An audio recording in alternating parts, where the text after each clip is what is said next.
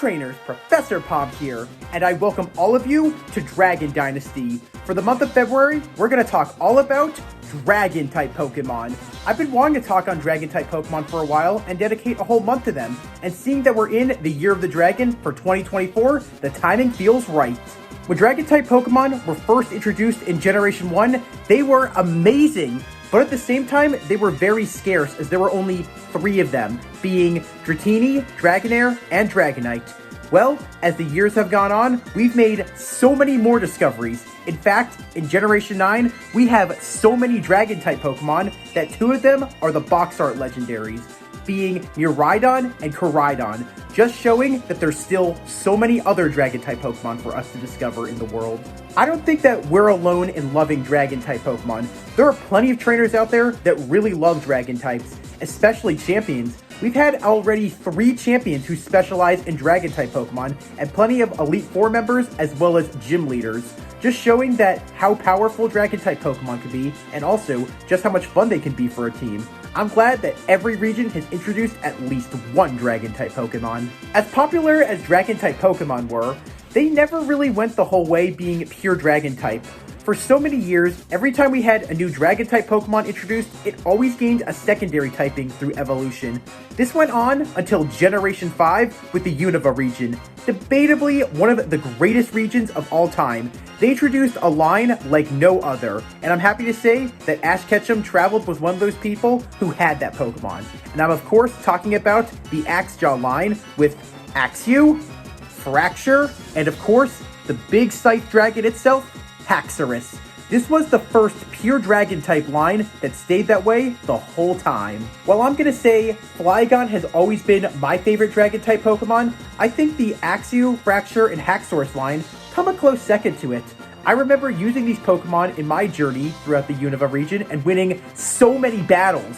They've really proved to me that not every Pokemon that's a pseudo-legendary has to be the most powerful dragon. In fact, sometimes some dragons can really come out on top, even if they're the underdog. I'm glad that Axew, Fraxure, and Haxorus were introduced in Generation 5, because 151 new Pokemon and so many dragons was so generous.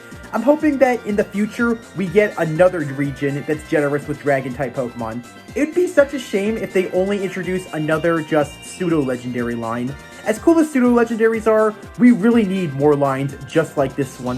What's also a lot of fun about this line is not just do they evolve into such a very powerful dragon, but the tusks that they all have evolve alongside them. That's a really cool idea that not just one thing evolves, but other parts of them evolve with them as well.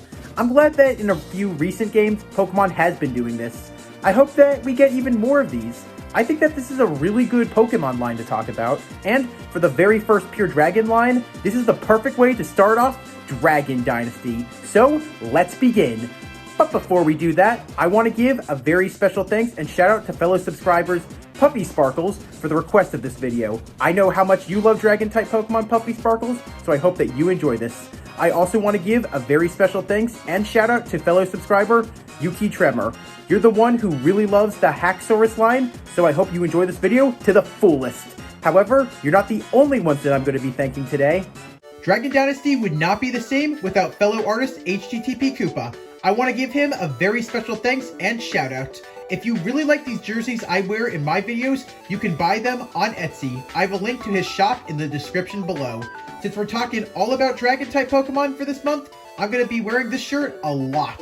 If you really like Dragon-type Pokemon, please check him out and maybe buy one of these shirts from him. He makes all other jerseys that you may have seen in Pokemon Sword and Shield. I just want to say thank you for everything you've done, HTTP Koopa. I may not be sponsored, but you've played a big role to this channel. Yeah, I know what you're saying. Let's get to this. Chop chop. I'm sorry, I couldn't resist. Since we're talking about Pokemon that cut things down with these very strong tusks, I think that's a great pun to make. Well, let's learn all about these pure dragons and see just how strong they get. But we're going to start off with the little one and the tiny tusked one itself, Axew! Axew the tusked Pokemon is based on dragons. However, it also draws inspiration from a few other lizards, specifically being the brown basculus as well as the helmet lizards, and its tusks are based off of axes. For the habitat of Axew, they prefer a forest and a wooded area, as these Pokemon really like to climb trees and eat berries, but they also enjoy digging holes. They may be small, but Axew always show dominance to anything that crosses their path. They like to show that they're no pushover, so when they finally evolve into Haxorus, they'll be just as strong. But you may have to remember, Axew are very young dragons, and unfortunately, they can break their tusks while fighting. But don't worry, they regrow, and they become stronger, sturdier, and sharper. So yeah, Axew breaking its tusk is no concern as it grows in, but they never really take the broken tusks. You, on the other hand, might find some uses for them. You see, back in ancient times, people used to use these broken tusks as cooking knives. So yeah, maybe you could use them as well. Axew's tusks have other uses than for battle. They use their tusks for berry collecting. Since Axew are young and they can't hold a lot, they use their sharp tusks to hold the berries. And because they're very sharp, the berries never fall out. Also, because Axew are very young, breaking berries is hard, so they use their sharp tusks to slice and crush berries. Axew also have a playful nature, as they live with other Axew. They like to play with each other by knocking their large tusks together, and by climbing the tree to see who's the fastest. The one who has the strongest tusk and climbs the tree the fastest oftentimes gets to be the leader. Axew leave gashes on trees and boulders, but it also leaves bite marks there too. This is done just for training as they wish to get stronger. However, it's also used to mark their territory, just to show others that if you enter here, you're gonna have to take me on. Axew's tusks can also determine when they'll evolve. As the stronger they become, the closer Axew comes to taking its next step for evolution. Axew and Dino have an ongoing rivalry in the wild. Dino eat their berries and bite their tusks. But Axew don't actually realize that Dino are completely blind and they're doing this to find their surroundings. Because they think these Pokemon always try to interfere and take their territory, this leads to a very violent fight. There are some Dragon Masters that consider Axew a starter Pokemon, especially to those who want to learn the ways of a dragon. Not just because Axew has a 3-stage evolution line, but also, just like trying to get stronger, Axew goes on a similar journey just like them. Some Axew have scars on their tusks and bodies, but they never try to hide them, as these Pokemon are proud of the fights they've won. They always show it off as a badge of honor. Axew made its debut and played a major role in the Pokemon Black and White series episode, Enter Iris and Axew, where Ash thought he could catch an Axew, but instead he hit Iris with a Pokeball. But she forgave him and they became friends, and throughout the entire journey throughout Unova, Axew stood as Iris' main Pokemon. In the core series games, Axew is nobody's ace, and it also has the lowest base special attack of all Dragon-type Pokemon. Despite Axew being the first stage, it was completely reverse engineered from Haxorus, due to Haxorus being designed very early on in Black and White's development. In the Pokemon Mystery Dungeon series, Axew is a selectable character in the game Pokemon Mystery Dungeon Gates to Infinity. It may be small, but Axew is a mighty dragon, and it sure has those powerful tusks to prove it. But even though this Pokemon evolves, its tusks also evolve alongside it, turning into incredible blade axes. So yeah, I think it's time we evolve our little Axew and take the next step on this Dragon Quest and turn it into Fraxure. And just like its name says, anything that Fraxure slices will break apart and fracture in two. Fraxure, the Axew Pokemon, is based on Descendites, which are tusked mammal-like reptiles that lived in ancient times. However, Haxorus also draws inspiration from the lizards being basculists, and the shape of their tusks resembles blades, specifically pickaxes. For its habitat in the wild, Fraxure prefer to live in the mountains. They prefer rocky areas, and they live in caves that they dig out themselves.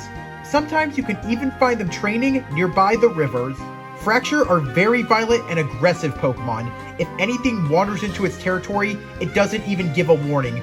Fraxure immediately attacks them, and their tusks are so strong they can even shatter the strongest of rocks.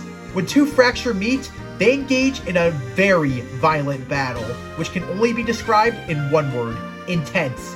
These Pokemon will not stop fighting until there's a winner, and the winner is determined by the only Fraxure that manages to keep both of its tusks intact. Unlike its previous evolution, Axew, who breaks its tusks and grow back, If one of Fraxure's tusks breaks, it will never grow back. Because of this, Fraxure takes extra care and caution of their pride and joy. Because Fraxure's tusks don't grow back, they will not use their tusk unless it's absolutely necessary. So, Fraxure rely on their strength and dragon power with intense training. And they have such intense training that you can easily find their territory because it's in complete shambles.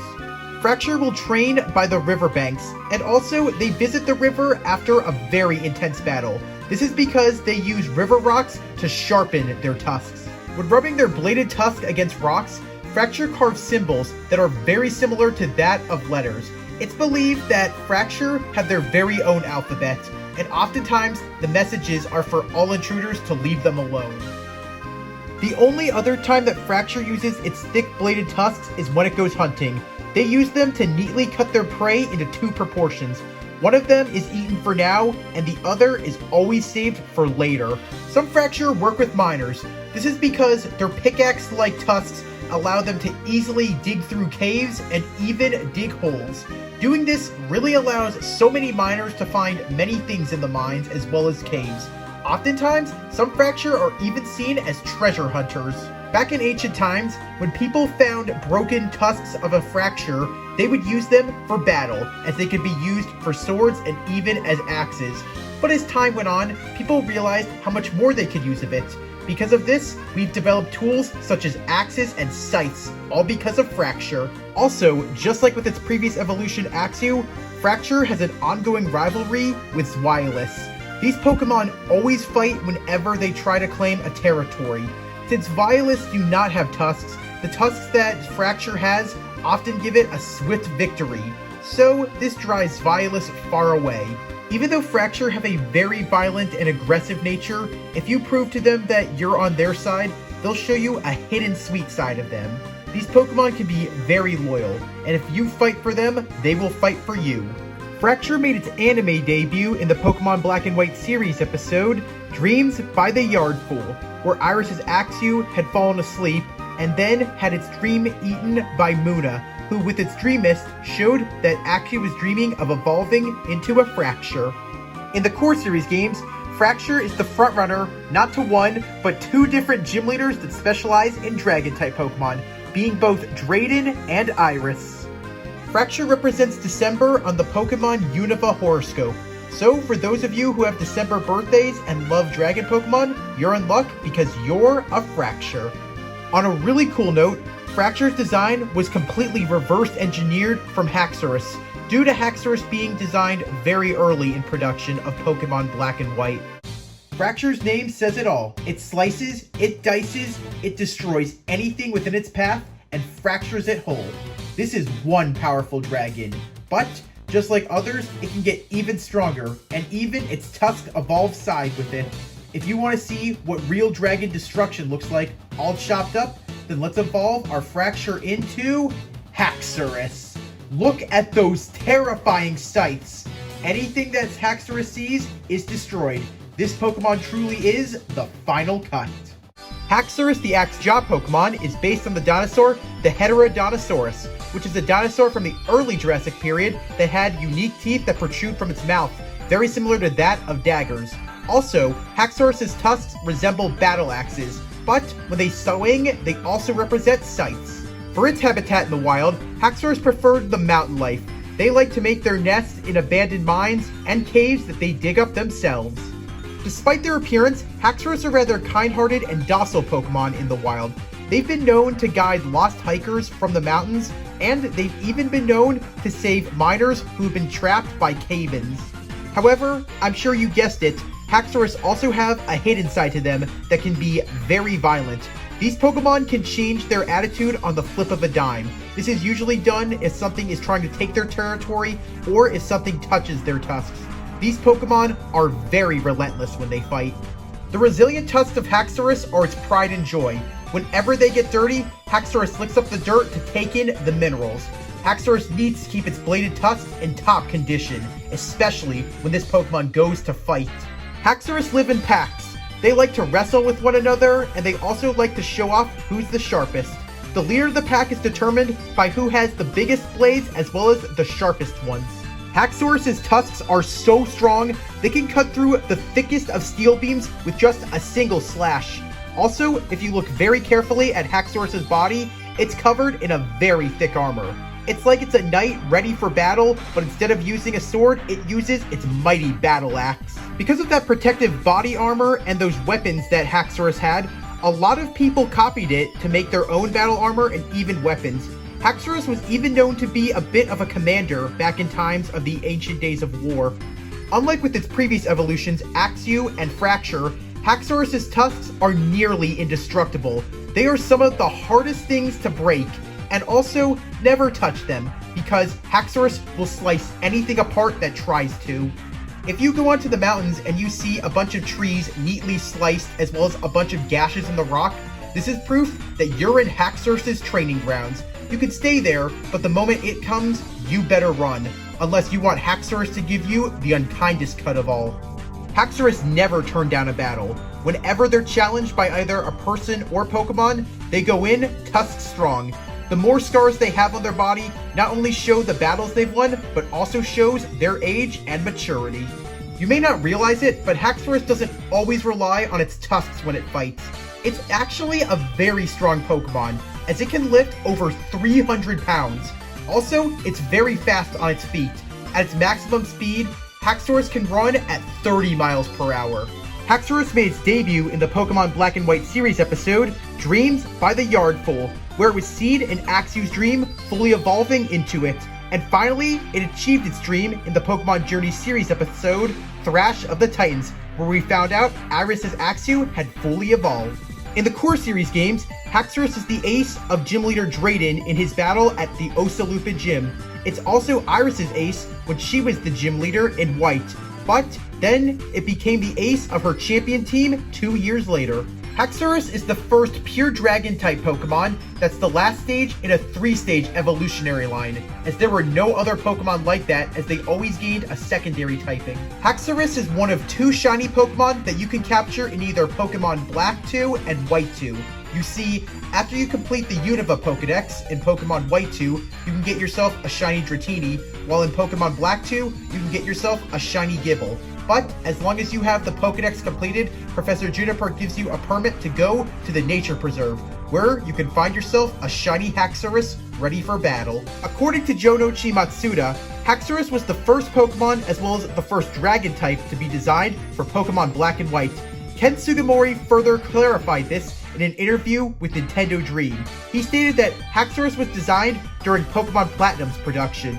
Because of this, Haxorus is one of the few Pokemon whose evolutionary lines had to be reverse engineered.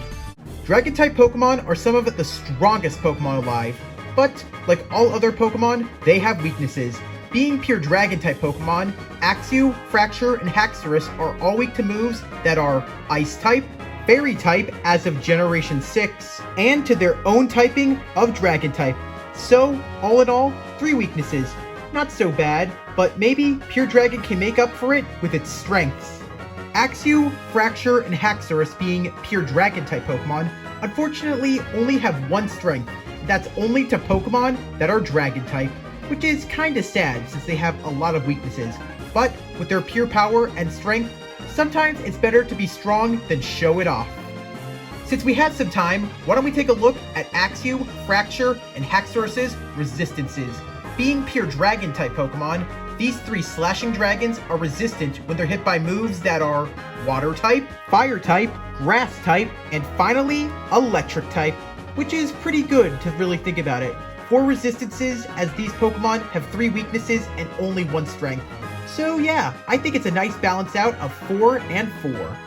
Every Pokemon is special and has an ability or 2, and Axew, Fraxure, and Haxorus all have 2 unique abilities, as these slashing dragons can either have the abilities Rivalry or Mold Breaker.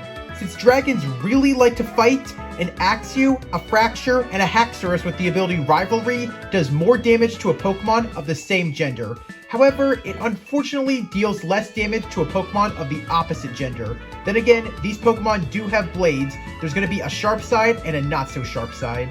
With those powerful tusks and blades, Axew, Fraxure, and Haxorus can break through anything, just like with their ability, Mold Breaker, which allows them to use any sort of move on a target and completely suppress their ability.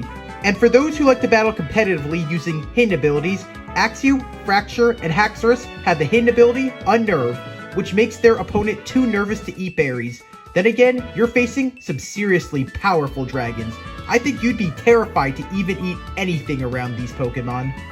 Most people dub Generation 5 the Dragon Generation, and rightfully so, because they introduced so many dragon Pokemon, and some of them were the most unique designed, and Axew, Fraxure, and Haxorus are no exception. I really love how their blades also evolve with them. It also is kind of crazy to think that we had to wait till Generation 5 to get our first pure Dragon-type line. We've had plenty of Dragon-type Pokemon, but they always seem to gain a new typing through evolution. I'm glad that Haxorus went the full way, but I think a Steel typing also would have worked very well with it. I'm still salty that Haxorus and its line are not a pseudo-legendary line, as that belongs to the Hydreigon line. I can see why, but I kind of wish that Pokemon Black and White had given us 2 pseudo-legendary Pokemon. It's not impossible to do, as we've seen it happen in the Hoenn region, as both Metagross and Salamence are the 2 pseudo-legendaries. I wish they could have repeated it for Generation 5. Sadly, that did not happen. While they may not be pseudo-legendary Pokemon, Axew, Fraxure, and Haxorus all prove a point by saying, I don't have to be a pseudo-legendary Pokemon to be a powerful dragon Pokemon. These are some of the strongest dragons that were introduced in the Unova region. I don't care what people say about the legendaries. These are some of the strongest ones out there. They prove that with enough strength, determination, and willpower, any dragon can make it. With those powerful tusks that Axew, Fraxure, and Haxorus have, they really show a lot of maturity over the years. Like I said, I think it's really cool that they grow alongside them. But if you're going to take on an opponent, they better be prepared, because there's an axe to grind. And whenever you go in, they're going to be the next one on the chopping block. Welcome back, trainers. I hope you had a wonderful time learning about the first pure dragon type line. It's crazy to think we had to wait till Gen 5, but we have it, and there's some of my absolute favorites. Are they yours? Well, let me ask you a few questions. Okay, let's cut to the chase. Do you think that the Unova region should have been like the Hoenn region and introduced 2 pseudo-legendary lines? Or do you think that Haxorus is fine not being a pseudo-legendary like the rest of its line? Since the Unova region introduced so many Dragon-type Pokemon, who is your favorite one that was introduced in the Unova region? Also, do you think that Generation 10 should be generous and give us a lot of Dragon-type Pokemon? Because she raised an Axew in the anime, did you like Iris, or did you find her annoying because she oftentimes said, "What a kid"?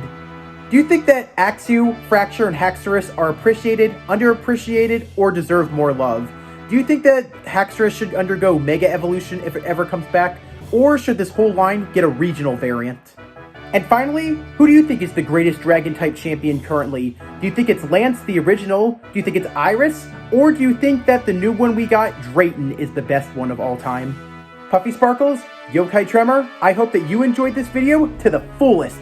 It was made just for you. I hope that you enjoyed as well, trainers. Since we're starting a new month, I'm really excited to see how this would go. Starting with a pure Dragon-type line seemed like the perfect way to start. Well, if you liked what you saw, then please leave a like. If you have any questions, you want me to talk on another Dragon-type Pokemon or line, you want me to talk on some other Dragon-type facts, or you want me to talk on another Pokemon or have your idea turned into a video, then please comment. And as always, if you liked what you saw and you want to see more, smash that subscribe button. Dragon Dynasty has only begun, and I'm happy to make more for all of you. Thanks for watching, trainers. Palm out.